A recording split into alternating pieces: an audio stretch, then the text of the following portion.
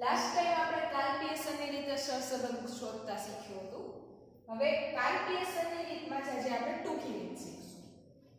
હવે તમે જોઈ શકો છો બોર્ડ ઉપર કે 57માં દાખલામાં એ રકમ લખી છે. તો જે આંકડા ચલ x અને ચલ y ની કિંમતો છે જે પ્રમાણમાં ખૂબ મોટી છે. x ની કિંમતો મોટી છે અને y ની કિંમતો દશાંશમાં છે. તો તમે સીધી રીતે કાર્લ પિયર્સનની રીત અપનાવવા જાઓ તો કેલ્ક્યુલેશન્સ બહુ મોટી થઈ છે. તો અહીં આપણે ઉદ્ગમ બિંદુ અને સ્કેલમાં પરિવર્તન કરીને કાર્લ પિયર્સનની ટૂંકી રીત લખીશું. કેવી રીતના? ચાલો જોઈએ. સૌથી પહેલા આપણે x નું u માં રૂપાંતર કરશું. કેવી રીતના?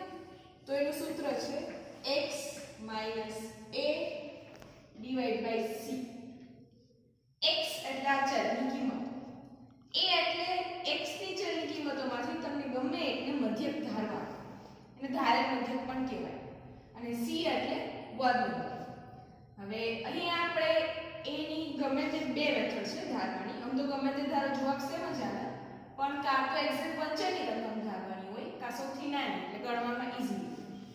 અહીં આપણે a તરીકે 1500 ને ધારશું જે ઓલમોસ્ટ વચ્ચેની રકમ છે.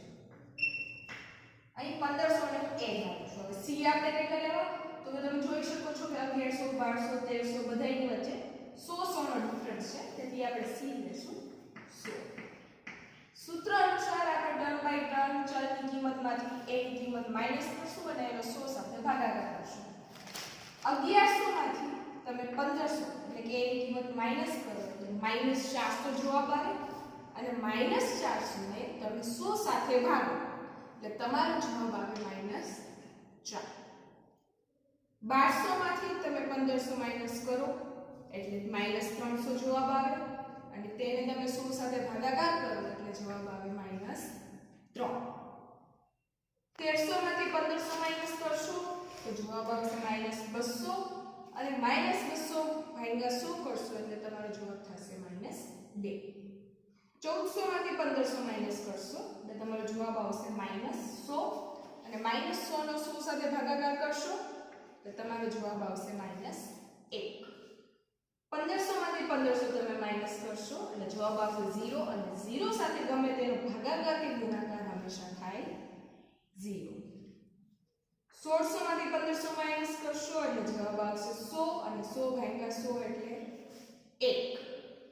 1700 માંથી 1500 માઈનસ કરશો એટલે તમારો જવાબ આવશે 200, 200 ભાગ્યા 100 કરશો એટલે થશે 2. 1800 માઈનસ 1500 કરશો એટલે તમારો જવાબ આવશે 300, અને 300 ભાગ્યા 100 કરશો એટલે 3. તેવી જ રીતના 1900 અને 2000 ની ગણતરીનો જવાબ આવશે 4 અને 5. હવે આવી જ રીતે આપણે v ની ગણતરી કરીશું. જેમ x ચલનું આપણે u માં રૂપાંતર કર્યું એમ y ચલનું આપણે v માં રૂપાંતર કરશું. એનું સૂત્ર થશે y - b/d. હવે અહીં આપણે જેમ x માં કોઈ બી એક ચલને a ધાર્યો એમ y માં કોઈ બી એક ચલની કિંમતને આપણે b ધારશું. અહીં આપણે 0.24 જે ઓલમોસ્ટ વચ્ચેની રકમ છે એને આપણે ધારીએ b. વર્ગ લંબાઈ તમે અહીં જોઈ શકો છો કે એકનો જ ડિફરન્સ છે ઓલમોસ્ટ, પરંતુ અહીં રકમ પોઈન્ટમાં આપેલી છે. રકમ પોઈન્ટમાં હોય એટલે પોઈન્ટ દૂર કરવો પડે. જનરલી આપણે રીતને ટૂંકી કરીએ છીએ.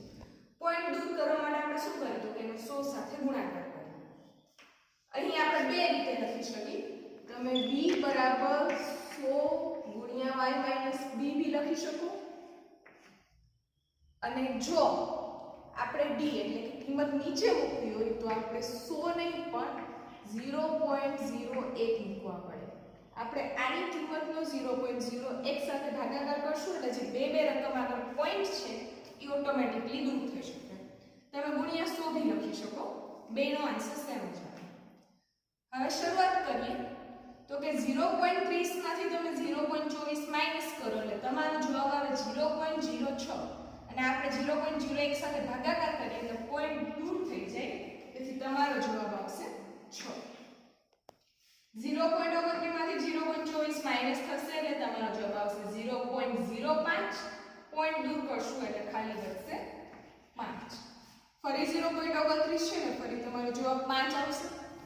0.25 માંથી તમે 0. 0.24 માઈનસ કરશો એટલે તમારો જવાબ આવશે 0.01 અને તેનો તમે 0.01 સાથે ભાગાકાર અથવા 100 સાથે ગુણાકાર કરો એટલે તમારો જવાબ આવશે 1 પોઈન્ટ દૂર થઈ જશે 0.24 માંથી 0.24 માઈનસ કરશો એટલે તમારો જવાબ આવશે 0 અને 0 સાથે ગમે તેનો ગુણાકાર કે ભાગાકાર કરો તો જવાબ 0 છે ફરી પાછું બે વખત 0.24 છે એટલે આપણે ફરી વખત બે વાર 0 લખશું હવે 0.29 માંથી 0.24 તમે માઈનસ કરો એટલે તમારો જવાબ આવે 0.05 અને તેનો તમે 0.01 સાથે ભાગાકાર કરો એટલે તમારો જવાબ આવે 5 0.18 માંથી 0.24 માઈનસ કરો એટલે તમારો આન્સર આવે -0.06 ભાગાકાર કરશો એટલે પોઈન્ટ દૂર થઈ જશે અને એ બની જશે -6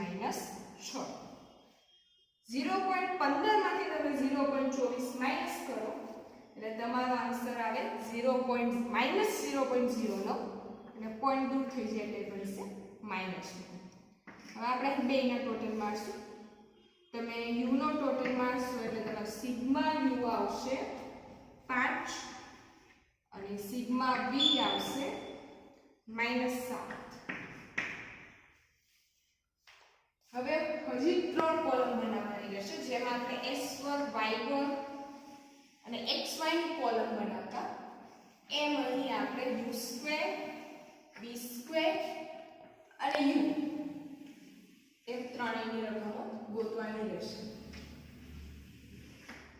તો સૌથી પહેલા આપણે u2 v2 અને u ની ગણતરી કરશું u2 એટલે આપણે ખાલી આ કોલમનો સ્ક્વેર કરવાનો રહેશે -4 નો વર્ગ કરશો એટલે આવશે 16 -3 નો વર્ગ આવશે 9 -2 નો વર્ગ આવશે 4 -1 નો વર્ગ 1 0 નો વર્ગ 0 1 નો વર્ગ 1 2 નો વર્ગ 4 3 નો વર્ગ 9 4 નો વર્ગ 16 અને 5 નો વર્ગ થશે 25 હવે b2 એટલે કે આપણે આ કોલમનો સ્ક્વેર કરવાનો રહેશે 6 નો વર્ગ થશે 36 5 નો વર્ગ 25 ફરી પાછું 5 નો વર્ગ થશે 25 1 નો વર્ગ 1 0 નો વર્ગ 0 ફરી 0 નો વર્ગ 0 અને 0 નો વર્ગ 0 5 નો વર્ગ 25 6 નો વર્ગ 36 અને 9 નો વર્ગ 21 u એટલે કે u અને v નો ગુણાકાર અહીં નિશાનીમાં ખાસ ધ્યાન રાખવું જેમ તમે u અને v નો ગુણાકાર કરતા હો આપણે -4 * 6 કરીએ એટલે 4 6 24 થાય અને માઈનસ પ્લસ માઈનસ એટલે કે તમારો આન્સર આવે -24 3 5 15 પણ 3 માઈનસમાં છે તેથી -15 2 5 10 2 માઈનસમાં છે તેથી -10 1 1 પણ 1 માઈનસમાં છે તેથી -1 0 * 0 = 0 1 સાથે 0 નો ગુણાકાર કરો તો બી તમારો જવાબ 0 આવે 2 સાથે 0 નો ગુણાકાર કરો તો બી તમારો જવાબ 0 આવે 3 5 15 4 6 24 6 માઈનસમાં છે એટલે કે -24 અને 5 ગુણ્યા -9 કરો એટલે 5 નો 45 પ્લસ માઈનસ માઈનસ એટલે -45 હવે આ ત્રણેય કોલમનું આપણે ટોટલ કરીએ સિગ્મા u2 સિગ્મા v2 અને સિગ્મા u ની કિંમતો આપણને મળશે સિગ્મા u2 તમે ટોટલ કરશો એટલે આવશે 85 સિગ્મા v2 નો ટોટલ કરશો એટલે આવશે 229 અને સિગ્મા uv નો ટોટલ કરશો એટલે આવશે -104 અહીં આપણું ટેબલ પૂર્ણ થયું હવે આપણે સહસંબંધની કિંમત ગોતીએ તો ટૂંકી રીતમાં સહસંબંધનું સૂત્ર છે r n * sigma uv - sigma u * sigma v upon √n * sigma u² - sigma u²